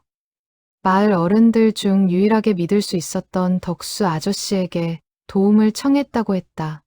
덕수는 오래전부터 해오름 보육원의 목공 일을 도와오며 그곳의 원장과 친분이 있었고 유정을 그 비밀 쉼터로 안전하게 피신시켜 주었다는 것이었다. 아저씨가 그러셨어요. 아무한테도 말하지 말라고. 너를 지키는 게 우선이라고. 심지어 아줌마한테도, 민호한테도요. 그래야 아무도 다치지 않는다고 하셨어요. 선자는 그제야 남편이 왜 그토록 무거운 비밀을 홀로 짊어지고 살았는지 이해할 수 있었다. 덕수는 유정을 지키기 위해 가장 가까운 가족에게조차 진실을 숨긴 채 살아야 했던 것이다. 그것이 그가 할 수 있는 최선의 보호였다. 아저씨가 마지막으로 저한테 그러셨어요. 언젠가 때가 되면 다시 만날 날이 올 거야. 그때까지 부디 씩씩하게 살아. 저는 그 말을 붙잡고 지금까지 살아왔어요. 유정의 이야기를 들으며 선자와 민호는 남편이자 아버지였던 한 사람의 크고 조용한 사랑을 새삼 깨달았다. 덕수는 끝내 그 비밀을 무덤까지 가져갔지만 그의 침묵 속에는 누구보다 깊은 책임감과 사랑이 담겨 있었던 것이다. 유정은 이야기를 이어갔다. 보육원을 거쳐 강원도의 위탁 가정에 맡겨진 그녀는 그곳에서 새로운 이름 한서연으로 살아가기 시작했다. 처음에는 낯선 환경과 새로운 이름에 적응하기가 쉽지 않았지만 위탁 부모의 따뜻한 보살핌 속에서 조금씩 마음을 열어갔다고 했다. 처음 몇 년은 정말 힘들었어요. 밤마다 이 동네가 아줌마 사진관이 민호가 그리워서 많이 울었어요. 근데 그럴 때마다 아저씨가 해주신 말씀을 떠올렸어요. 씩씩하게 살라고 하셨던 그 말이요. 유정은 그 위탁 가정에서 고등학교를 마치고 대학에서 사회복지를 전공했다. 자신이 겪었던 아픔을 다른 아이들이 되풀이하지 않도록 돕고 싶다는 마음에서였다. 졸업 후에는 아동보호 상담사로 일하며 지금까지 20여 년간 학대받는 아이들을 위한 활동을 이어오고 있다고 했다. 대학 다닐 때 정말 힘들었어요. 학비도 스스로 벌어야 했고 가끔은 제 과거가 들통날까 봐 불안하기도 했고요. 그래도 이탁 부모님이 끝까지 응원해 주셔서 버틸 수 있었어요. 선자는 유정의 이야기를 들으며 그 어린 나이에 홀로 얼마나 많은 고비를 넘겨왔을지 가늠조차 되지 않았다. 하지만 그 모든 고비를 딛고 지금 이 자리에 앉아있는 유정의 모습이 그 무엇보다 값진 결실처럼 느껴졌다. 제가 받은 그 도움을 이제는 다른 아이들한테 돌려주고 싶었어요. 아저씨랑 아줌마가 저한테 해주신 것처럼요. 선자는 그 말을 들으며 가슴이 벅차올랐다. 유정은 자신의 상처를 딛고 오히려 그 상처를 다른 이들을 돕는 힘으로 바꾸어낸 것이었다. 그것이야말로 덕수와 선자가 그토록 지키고자 했던 그 여름의 결실이었다. 민호는 그런 유정을 바라보며 나지막이 말했다. 너 정말 대단하다, 유정아. 그 힘든 시간을 그렇게 이겨내고 이제는 다른 사람들까지 돕고 있다니. 유정은 살짝 얼굴을 붉히며 고개를 저었다. 대단한 거 아니야. 그냥 나 같은 아이가 한 명이라도 덜 아프길 바랄 뿐이야. 결혼은 언제 했니? 선자의 물음에 유정은 살며시 미소 지었다. 30 넘어서요. 같은 일을 하는 좋은 사람 만나서 아이 둘 낳고 잘 살고 있어요. 아이들한테는 아직 이 이야기 다 못했지만 언젠가는 다 말해주려고요. 세 사람은 그렇게 늦은 오후까지 카페에 앉아 30년의 세월을 나누었다. 창밖으로 노을이 물들기 시작할 무렵 유정이 문득 조심스레 입을 열었다. 아줌마, 저 부탁이 하나 있어요. 사진관 정리하기 전에 저 마지막으로 한번 가볼 수 있을까요? 선자는 그 말에 왈칵 눈물이 차올랐다. 그럼 당연하지. 언제든 와. 아니, 이번 주말에 같이 가자. 민호도 같이. 유정의 얼굴에 오랜만에 환한 미소가 번졌다. 그것은 30년 전 사진관 유리문을 열고 들어서던 그 소녀의 웃음과 조금도 다르지 않았다. 민호는 그런 유정을 바라보며 가슴 한켠에 오랫동안 묻어두었던 그리움이 비로소 온전히 위로받는 것을 느꼈다. 카페를 나서기 전 유정은 가방에서 낡은 사진 한 장을 꺼내 보였다. 그것은 30년 전 사진관에서 찍은 유정과 민호가 함께 웃고 있는 바로 그 사진이었다. 이거 그동안 한 번도 버리지 못했어요. 힘들 때마다 이 사진 보면서 버텼거든요. 선자와 민호는 그 사진을 바라보며 다시 한번 눈시울을 붉혔다. 30년이라는 긴 세월 동안 세 사람 모두 각자의 자리에서 서로를 그리워하며 살아왔던 것이다. 이제 그 그리움은 마침내 따뜻한 재회로 완성되어 가고 있었다. 선자는 그 말에 흔쾌히 고개를 끄덕였다. 그럼 당연하지. 아직 문 안 닫았어. 언제든 와. 유정의 눈에 다시 눈물이 그렁그렁 맺혔다. 30년 만에 다시 밟게 될 그 골목, 그 사진관을 떠올리는 것만으로도 벅찬 감정이 밀려오는 듯했다. 저 사실 그 사진관 앞을 지나갈 때마다 늘 마음속으로 인사했어요. 멀리서 몰래 몇 번 와본 적도 있어요. 차마 들어갈 용기는 없었지만요. 그 고백에 선자와 민호는 놀란 눈으로 유정을 바라보았다. 유정은 수줍은 듯 웃으며 말을 이었다. 5년 전쯤이었나? 명절에 잠깐 고향 근처를 지나다가요. 사진관 불빛이 그대로인 걸 보고 한참을 골목 어귀에 서 있었어요. 들어가면 아줌마가 놀라실까봐 그냥 멀리서 보기만 하고 돌아갔어요. 선자는 그 말을 듣고 가슴이 먹먹해졌다. 그렇게 가까이 왔었으면서도 차마 마주할 용기를 내지 못했던 유정의 마음이 고스란히 전해졌다. 세 사람은 다음 주말 함께 사진관을 찾기로 약속했다. 카페를 나서는 길, 저문은 노을이 세 사람의 뒷모습을 붉게 물들이고 있었다. 주말이 되자 유정은 남편과 두 아이를 데리고 사진관을 찾았다. 30년 만에 다시 밟는 그 골목길에서 유정은 몇 번이고 걸음을 멈추고 주변을 둘러보았다.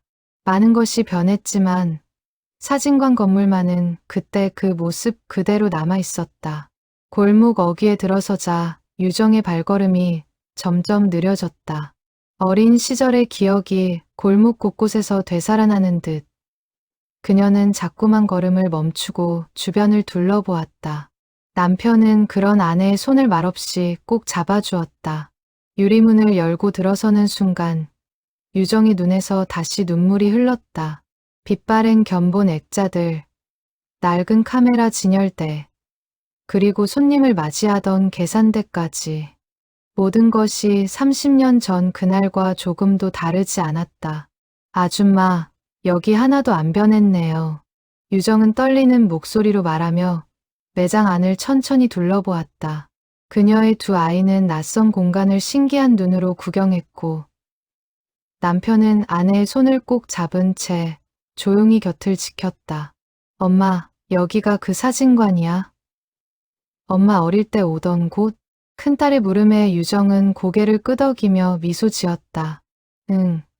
여기가 엄마한테는 정말 소중한 곳이었어. 여기 아줌마랑 아저씨가 엄마를 살려주신 분들이야. 유정은 그제야 아이들에게 지난 세월의 이야기를 조금씩 들려주기 시작했다. 아이들은 처음엔 놀란 표정을 지었지만 이내 엄마의 이야기에 귀를 기울이며 눈시울을 붉혔다. 선자는 그런 가족의 모습을 바라보며 오랜 세월 마음속에 담아두었던 소원 하나가 마침내 이루어지는 것을 느꼈다. 작은 아들이 유정의 손을 꼭 잡으며 물었다. 엄마, 그럼 엄마도 옛날에 여기서 사진 찍었어요? 그럼 엄마가 제일 좋아하던 곳이었는걸. 여기서 사진 찍으면 늘 예쁘게 나온다고 아줌마가 그랬거든. 유정은 그렇게 말하며 선자를 향해 따뜻한 눈빛을 보냈다. 선자는 그 눈빛에서 30년 전 그 소녀의 순수함이 조금도 바래지 않았음을 느꼈다. 민호는 유정과 함께 사진관 뒤편, 예전 두 사람이 자주 앉아 이야기를 나누던 자리로 향했다. 낡은 나무 의자 두 개가 여전히 그 자리를 지키고 있었다. 두 사람은 나란히 앉아 한동안 말없이 창밖을 바라보았다. 민호야, 나 사실 그동안 너한테 편지 쓰고 싶었던 적 정말 많았어. 근데 용기가 안 났어. 혹시 내가 다시 나타나면 너한테 더 큰 상처가 될까봐. 괜찮아. 지금이라도 이렇게 왔으니까. 그거면 충분해. 민호의 담담한 말에 유정은 고개를 끄덕이며 옅게 웃었다. 두 사람 사이에는 더 이상 원망도 미련도 남아있지 않았다. 다만 30년의 세월을 함께 건너온 서로에 대한 깊은 애틋함만이 남아있을 뿐이었다. 민호야, 나 이제 정말 홀가분해. 너도 이제 좋은 사람 만나서 행복하게 살았으면 좋겠어. 그건 나도 노력해볼게. 민호는 웃으며 대답했다. 30년 동안 마음의 문을 굳게 닫아두었던 그가 처음으로 앞으로의 삶을 이야기하고 있었다. 유정과의 재회가 그에게 지난 상처를 딛고 새로운 걸음을 내디딜 용기를 주고 있었다. 선자는 그런 두 사람의 모습을 멀리서 지켜보며 조용히 카메라 셔터를 눌렀다. 30년 만에 사진관에서 다시 담기는 두 사람의 모습이었다. 이번 사진 속에는 슬픔이 아닌 평온과 화해의 미소가 가득 담겨 있었다. 유정의 남편은 그동안 아내가 자세히 말하지 않았던 어린 시절의 이야기를 오늘에서야 조금씩 알게 되었다. 그는 선자에게 다가와 진심, 어린 목소리로 감사를 전했다. 어머님, 정말 감사합니다. 두 분이 안 계셨더라면 지금의 서연이도 저희 가족도 없었을 거예요. 선자는 그의 손을 마주 잡으며 고개를 저었다. 아니에요. 오히려 제가 더 고맙습니다. 이렇게 예쁘게 키워주셔서, 이렇게 잘 살아줘서요. 유정의 남편은 잠시 매장 안을 둘러보다 벽에 걸린 오래된 사진들을 가리키며 물었다. 어머님, 이 사진들은 다 손님들 사진인가요? 네. 40년 동안 이 사진관을 거쳐간 사람들이죠. 저마다 사연이 있는 얼굴들이에요. 선자는 그렇게 말하며 사진들을 하나하나 가리켰다. 결혼식 사진, 돌잔치 사진, 졸업식 사진들 속에는 이 동네 사람들의 희로애락이 고스란히 담겨 있었다. 유정의 남편은 그 사진들을 진지하게 바라보며 고개를 끄덕였다. 두 사람은 서로에게 고개를 숙이며 오랜 세월의 감사를 나누었다.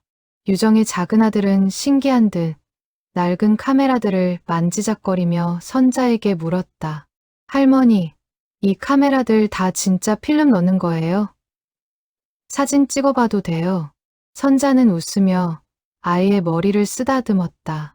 그럼 되고 말고 할머니가 사진 찍는 법 가르쳐 줄까? 아이는 신이 나서 고개를 끄덕였다. 선자는 오래된 필름 카메라 하나를 꺼내 아이에게 사용법을 하나하나 설명해 주었다. 그 모습을 지켜보던 유정의 눈에 다시 눈물이 고였다.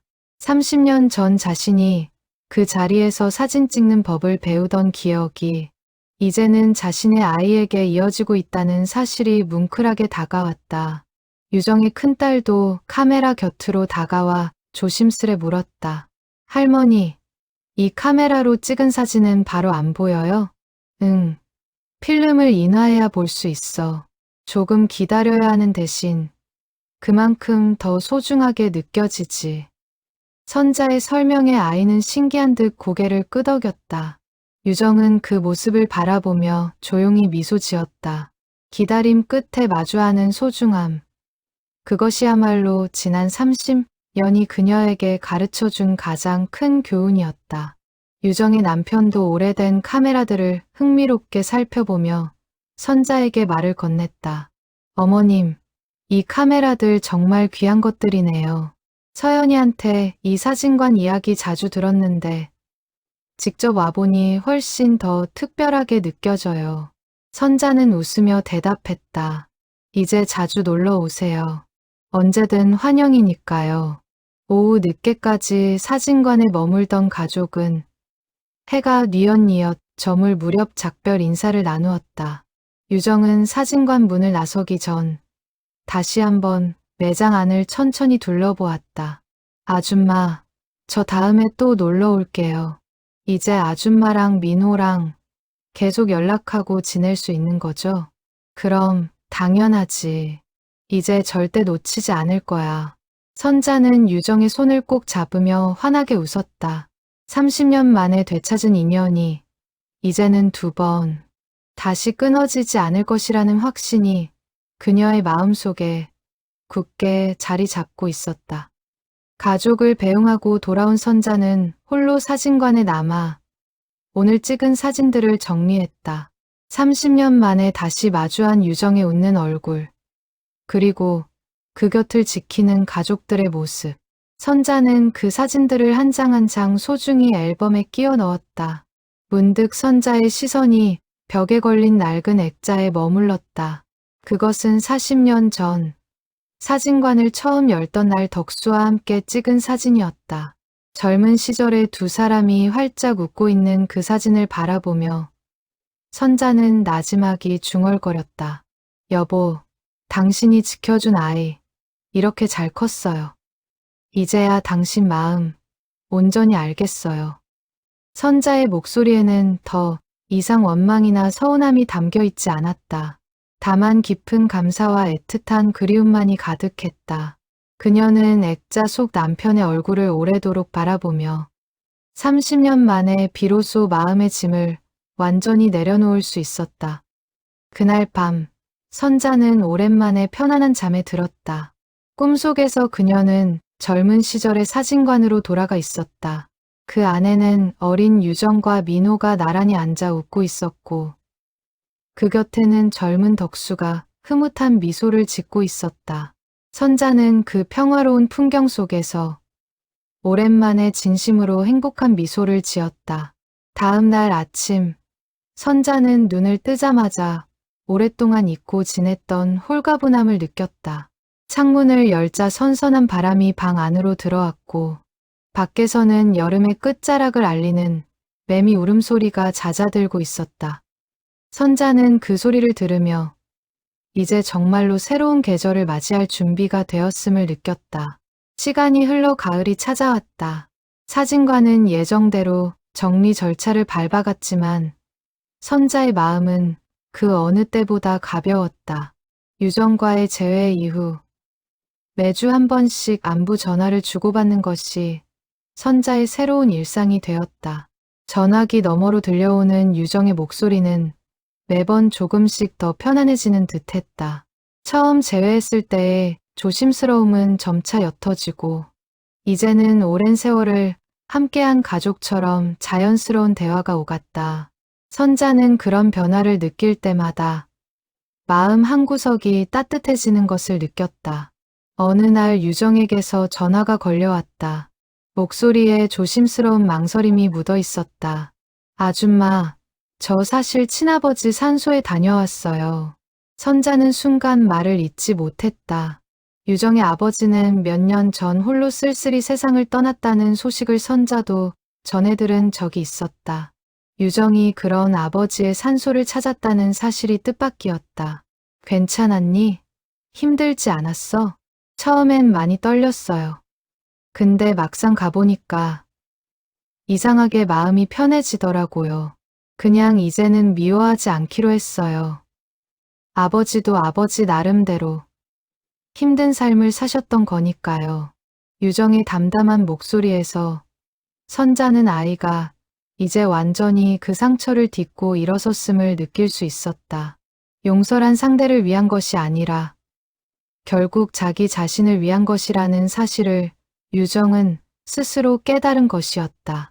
산소 앞에서 그랬어요. 아버지, 저 이렇게 잘 살고 있어요. 좋은 사람들 만나서 좋은 가정 꾸리고 살고 있으니까 이제 편히 쉬세요라고요. 선자는 전화기 너머로 들려오는 유정의 목소리에 눈시울이 붉어졌다. 그 말 속에는 오랜 원망을 넘어선 성숙한 용서의 마음이 담겨 있었다. 유정아, 정말 대견하다. 그 어려운 걸 해냈구나. 아줌마랑 아저씨 덕분이에요. 두 분이 저한테 보여주신 사랑이 없었다면 저는 아마 평생 미움만 안고 살았을 거예요. 전화를 끊은 뒤 선자는 오래도록 창가에 앉아 유정의 말을 곱씹었다. 용서라는 것이 이렇게 큰 용기가 필요한 일이라는 걸 그녀는 새삼 깨달았다. 며칠 뒤 민호는 선자에게 뜻밖의 소식을 전했다. 최근 알게 된 인연이 있는데 조만간 정식으로 인사를 시키고 싶다는 것이었다. 선자는 놀라움과 반가움이 뒤섞인 얼굴로 아들을 바라보았다. 정말이니? 어떤 사람인데? 엄마, 유정이 소개로 만난 사람이에요. 같은 일하는 사회복지사인데 저랑 잘 맞는 것 같아요. 선자는 그 말을 듣고 눈물이 핑 돌았다. 30년 동안 마음의 문을 닫고 살아온 아들이 유정과의 재회를 계기로 마침내 새로운 사랑을 향해 마음을 열게 된 것이었다. 이 모든 것이 그 낡은 필름 한 통에서 시작된 기적 같은 변화였다. 정말 잘됐다. 민호야. 정말 잘됐어. 선자는 아들의 손을 꼭 잡으며 몇 번이고 되뇌었다. 30년 전 그 여름의 아픔이 이제는 세 가족 모두에게 새로운 시작의 씨앗이 되어 자라나고 있었다. 민호는 조심스레 덧붙였다. 엄마, 사실 저 그동안 누구를 만나도 마음을 열기가 힘들었어요. 늘 유정이한테 미안한 마음이 있었거든요. 근데 이제는 알 것 같아요. 유정이도 제가 행복하길 바란다는 걸요. 선자는 아들의 등을 가만히 쓸어주었다. 그래, 이제는 너도 너의 행복을 찾아야지. 유정이도 분명 진심으로 응원해 줄 거야. 사진관 정리도 막바지에 이르렀다. 선자는 마지막으로 남길 물건들을 정리하며 유정이 남기고 간 필름 봉투와 편지를 특별한 상자에 담아 소중히 보관하기로 했다. 그것은 단순한 유품이 아니라 세 가족의 아픔과 사랑, 그리고 화해의 증거였다. 선자는 그 상자를 정리하며 문득 며느리와 손주들에게 이 이야기를 어떻게 전할지 고민했다. 그날 저녁, 온 가족이 모인 자리에서 선자는 처음으로 30년 전 그 여름의 이야기를 손주들에게 들려주었다. 아이들은 할머니의 이야기에 귀를 기울이며 때로는 눈물을 글썽이고 때로는 안도의 한숨을 내쉬었다. 할머니, 그럼 그 유정이 아줌마 이제 우리 가족이나 마찬가지네요? 소녀의 순수한 물음에 선자는 따뜻하게 웃으며 고개를 끄덕였다. 그럼 물론이지. 이제 우리 가족이나 다름없어. 그 말을 들은 며느리도 눈시울을 붉히며 선자의 손을 꼭 잡았다. 어머니, 정말 대단하세요. 그 오랜 세월 마음의 짐을 지고 사셨는데 이렇게 좋은 결말을 맞으셨으니까요. 선자는 고개를 저으며 말했다. 내가 대단한 게 아니라 유정이가 그 모든 아픔을 딛고 이렇게 훌륭하게 자라준 게 대단한 거지. 그리고 그 아이를 지켜준 너희 아버님이 대단하신 거고. 손자도 옆에서 거들었다. 할머니, 저도 이제 알았어요. 왜 할머니가 사진관을 그렇게 오래 안 접으려고 하셨는지요. 이 이야기 때문이었네요. 선자는 손자의 머리를 쓰다듬으며 따뜻하게 웃었다. 맞아. 이 할머니 마음속에는 언젠가 유정이가 돌아올 거라는 작은 믿음이 늘 있었거든. 그 믿음 덕분에 이렇게 좋은 날을 맞이하게 된 거란다. 며느리는 그 말을 들으며 조용히 눈물을 훔쳤다. 어머니, 저도 이제야 어머니가 그렇게 오랫동안 사진관을 놓지 못하셨던 이유를 알겠어요. 그게 다 기다림이셨던 거네요. 선자는 고개를 끄덕이며 며느리의 손을 꼭 잡았다. 가족들은 그렇게 늦은 밤까지 둘러앉아 이야기를 나누었다. 창밖으로는 가을 바람이 선선하게 불어왔고 거실 안에는 오랜만에 따뜻한 웃음소리가 가득했다. 30년 전의 아픔이 이제는 온 가족을 하나로 묶어주는 소중한 인연의 이야기로 다시 태어나고 있었다. 며칠 후 선자는 사진관의 마지막 정리를 위해 마지막으로 매장을 찾았다. 텅 빈 진열장과 먼지 쌓인 암실을 둘러보며 그녀는 지난 40년의 세월을 천천히 되새겼다. 수많은 손님들의 웃음과 눈물, 그리고 유정과의 특별한 인연까지. 이 작은 공간은 그 모든 이야기를 묵묵히 품어온 소중한 그릇이었다. 선자는 마지막으로 사진관 간판을 올려다보았다. 이든 사진관이라는 색바랜 글씨가 오늘따라 유난히 정겹게 느껴졌다. 그녀는 오랫동안 그 자리에 서서 지나온 세월에 감사하는 마음으로 조용히 고개를 숙였다. 그동안 정말 고마웠어. 이 안에서 참 많은 사람들의 사연을 만났었지. 선자는 나지막이 혼잣말을 건네며 마지막으로 사진관 문을 정리했다. 이제 곧 새로운 주인에게 넘겨질 이 공간이지만 그 안에 쌓인 사실, 연애 이야기와 유정과의 기적 같은 재회는 영원히 선자의 가슴 속에 남아있을 것이었다. 암실 구석에 서서 선자는 그동안 사용해온 낡은 확대기와 약품통들을 마지막으로 어루만졌다. 이 작은 방에서 얼마나 많은 사람들의 순간이 빛 속으로 태어났던가. 그리고 그 수많은 순간들 중에서도 유정과의 재회로 이어진 이 마지막 필름이야말로 가장 값진 선물이었다는 것을 선자는 마음 깊이 새겼다. 민호는 그런 어머니 곁으로 다가와 어깨를 감싸 안았다. 엄마, 이제 정말 다 정리됐네요. 후련하시죠? 응, 후련하고 고맙다. 이렇게 좋은 마무리를 할 수 있게 해줘서. 선자는 아들의 손을 꼭 잡으며 환하게 웃었다. 40년의 세월을 뒤로하고 이제 새로운 챕터를 향해 나아갈 준비가 되어 있었다. 그날 저녁, 선자는 오랜만에 유정에게 먼저 전화를 걸었다. 유정아, 오늘 사진관 정리 다 끝냈다. 아, 정말요? 서운하시겠어요. 아줌마, 서운하긴. 오히려 후련해. 이제 이 자리는 새로운 사람이 새로운 이야기를 채워갈 거야. 그리고 우리 이야기는 여기 이렇게 마음속에 잘 담아뒀으니까. 전화기 너머로 유정의 잔잔한 웃음소리가 들려왔다. 아줌마, 저 다음 달에 아이들 데리고 또 놀러 갈게요. 이제 진짜 가족처럼 자주 봬요. 그래, 언제든 오렴. 문은 닫혔어도 우리 마음은 늘 열려 있으니까. 선자는 통화를 마치고 창밖을 바라보았다. 저물어가는 가을 하늘 아래 그녀의 마음은 그 어느 때보다 평온하고 충만했다. 이듬해 봄, 선자는 작은 마당이 딸린 아담한 집으로 이사했다. 사진관을 정리한 뒤로도 그녀는 여전히 낡은 필름, 카메라 몇 대를 소중히 간직하고 있었다. 그것은 이제 단순한 도구가 아니라 지나온 세월과 되찾은 인연을 상징하는 소중한 물건이었다. 새 집으로 이사하던 날, 민호는 어머니의 짐을 나르며 문득 이렇게 말했다. 엄마, 이제 정말 새로운 인생을 시작하시는 거네요.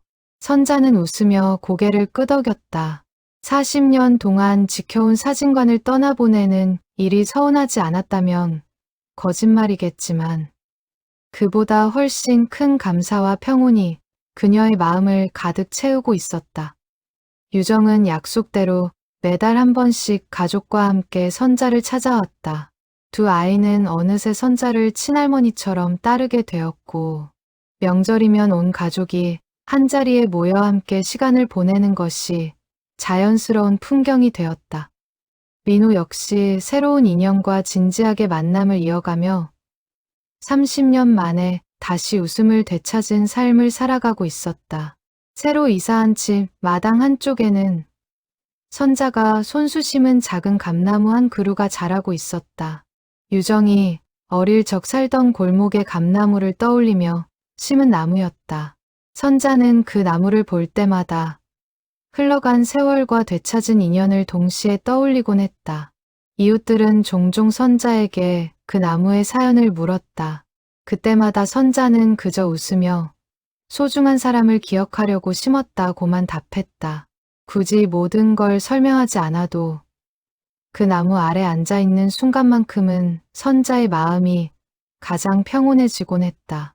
어느 화창한 봄날, 선자는 마당에 나와 오래된 필름, 카메라를 손질하고 있었다.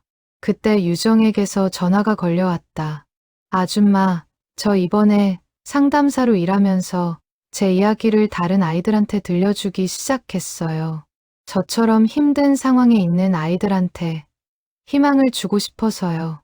선자는 그 말을 들으며 가슴이 뭉클해졌다. 정말 잘했다, 유정아. 내 이야기가 분명 그 아이들한테 큰 힘이 될 거야.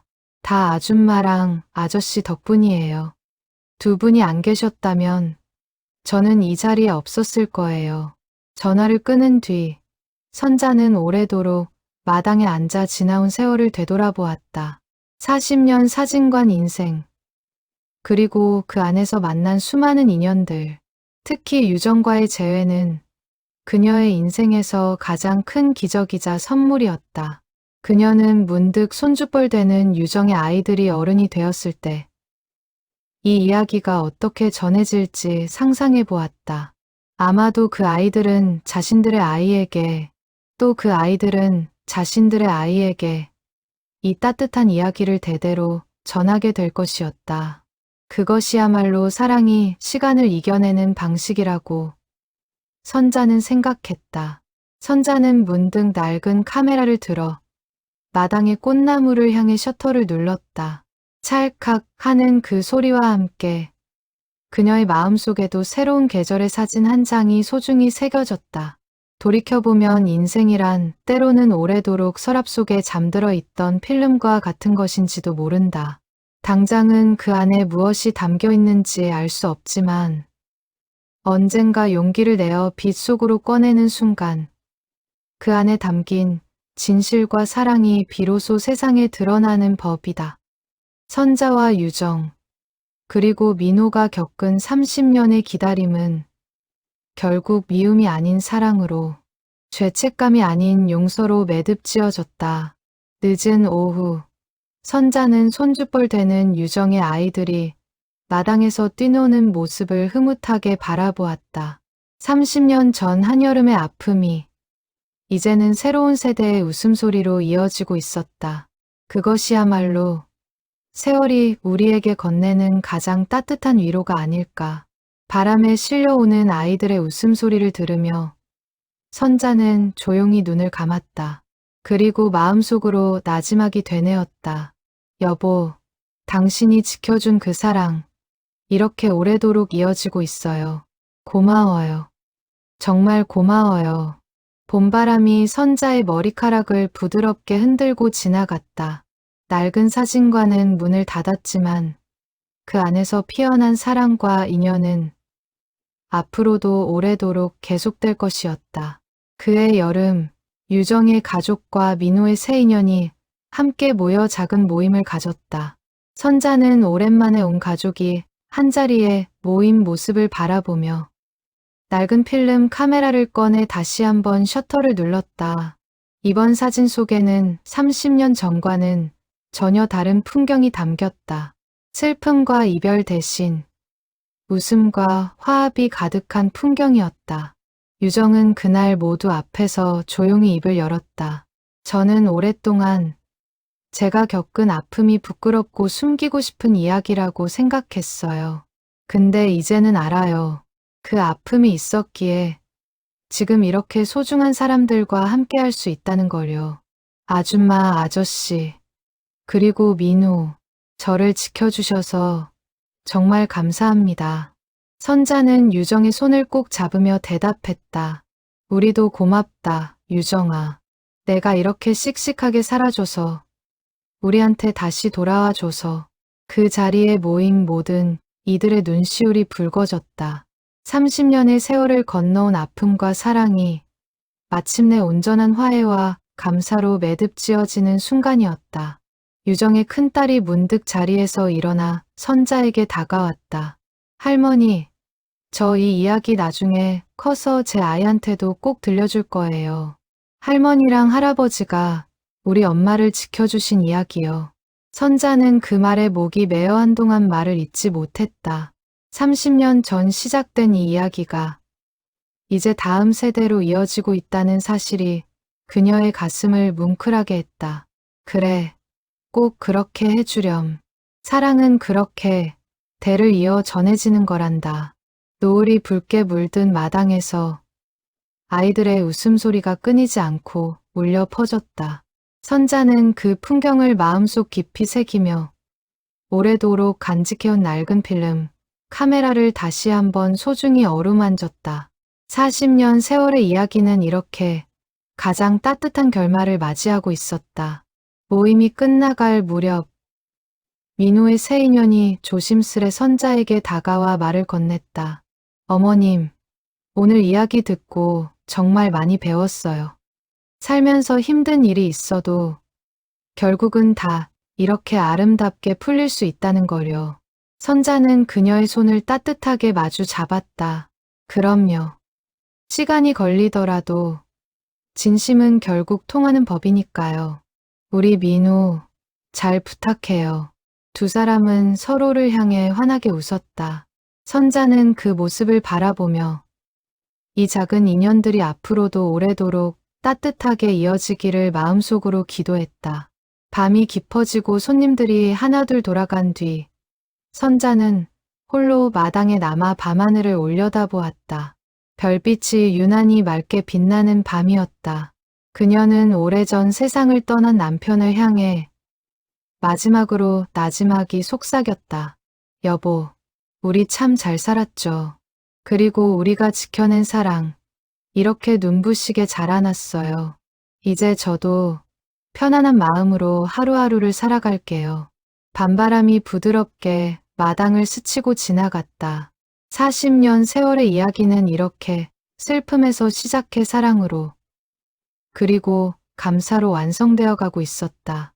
30년 동안 서랍 속에 잠들어 있던 낡은 필름 한 통이 결국 새 가족의 인생을 다시 이어준 가장 소중한 다리가 되어준 것이다. 먼 훗날 유정은 자신이 상담하는 아이들에게 종종 이런 말을 들려주었다. 지금 당장은 앞이 캄캄해 보여도 포기하지 마. 언젠가 반드시 너를 기다려주는 사람이 나타날 거야. 나도 그랬으니까. 그 말은 비단 상담을 받는 아이들뿐 아니라 이 이야기를 전해 듣는 모든 이들의 가슴에 깊은 울림을 남겼다. 시간이 아무리 오래 걸리더라도 진심, 어린 사랑과 기다림은 결국 아름다운 결실을 맺는다는 것을, 그것이 바로 낡은 사진관 서랍 속에서 시작된 이 특별한 이야기가 우리에게 전하는 가장 따뜻한 메시지였다. 세월은 흘러도 진심은 결코 빛바래지 않는다. 40년 세월을 지켜온 작은 사진관도 그 안에 담긴 30회의 기다림도 결국은 한 가족의 사랑으로 다시 태어났다. 그리고 그 사랑은 앞으로도 다음 세대로, 또 그 다음 세대로 오래도록 이어질 것이다. 40년째 한자리를 오래도록 지켜온 낡은 동네 사진관, 그리고 은퇴를 앞둔 노년의 사장님, 정리를 위해 열어본 오래된 서랍 속에서 30년 전 호련이 사라진 이후 소녀의 이름이 적힌 필름 한 통을 발견하면서 이야기는 시작됩니다. 그날 이후 단 한 번도 현상되지 않은 채 고요히 잠들어 있던 필름. 그 안에는 무엇이 담겨 있었을까요? 그리고 왜 그 소녀는 그렇게 갑자기 마을에서 자취를 감춰야만 했을까요? 이 이야기는 실종의 미스터리에서 시작해 한 가정의 아픔과 침묵, 그리고 30년이라는 긴 세월을 건너온 용서와 재회로 이어지는 감동 실화풍 창작 드라마입니다. 죽은 남편이 홀로 짊어졌던 비밀, 아들의 첫사랑에 대한 오랜 그리움, 그리고 그 모든 아픔을 딛고 마침내 다시 만나게 되는 새 사람의 이야기를 통해 우리는 진짜 사랑이란 무엇인지 다시 한번 돌아보게 됩니다. 낡은 필름 카메라와 인화지의 냄새 가득한 암실, 그리고 그 안에 켜켜이 쌓인 40년의 세월. 이 영상은 그 작은 공간이 품고 있던 커다란 사랑의 이야기를 잔잔하지만 깊은 울림으로 전해드립니다.